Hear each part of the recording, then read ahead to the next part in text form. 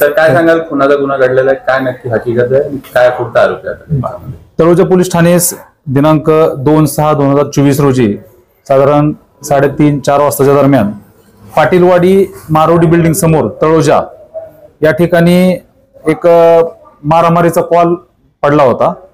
त्याच्यानुसार आमचे पोलीस तिथे गेले असता एका युवकास 2 जणांनी फावडे आणि कोयत्याने मारहाण करून वार करून जखमी अवस्थेत तिथे टाकले होते। पोलिसांच्या व तिथल्या आजूबाजूच्या लोकांच्या सहाय्याने त्याला हॉस्पिटलला पाठवलं, परंतु डॉक्टरांनी त्याला मयत घोषित केलं।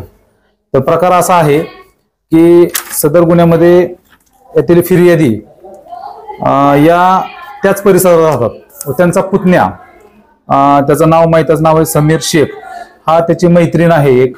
त्या मैत्रिणीला भेटायला तिच्या घरी गेला होता।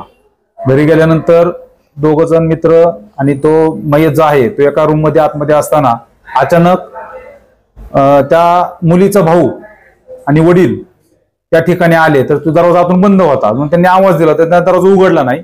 म्हणून ह्यानं काय करत दरवाजा तोडला आणि आतमध्ये गेला तर तो जो मयत मुलगा आहे त्या मैत्रिणीचा फ्रेंड, त्या मुलगा आतमध्ये सापडला। त्यांनी काय केलं, तिथे रागाच्या ह्याच्यात फावडा आणि कोयत्याने त्याच्या डोक्यात, अंगावर, पाठीवर सगळीकडे वार केले आणि त्याच्यामध्ये त्या युवकाचा मृत्यू झालेला आहे।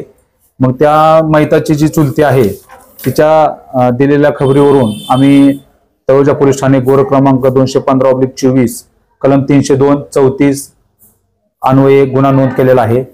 त्या गुन्ह्यातील 2 आरोपी आहेत, त्यापैकी ताहिर युसुफ शेख वय वर्ष 24 ह्या आरोपीला ताब्यात घेऊन अटक केलेली आहे।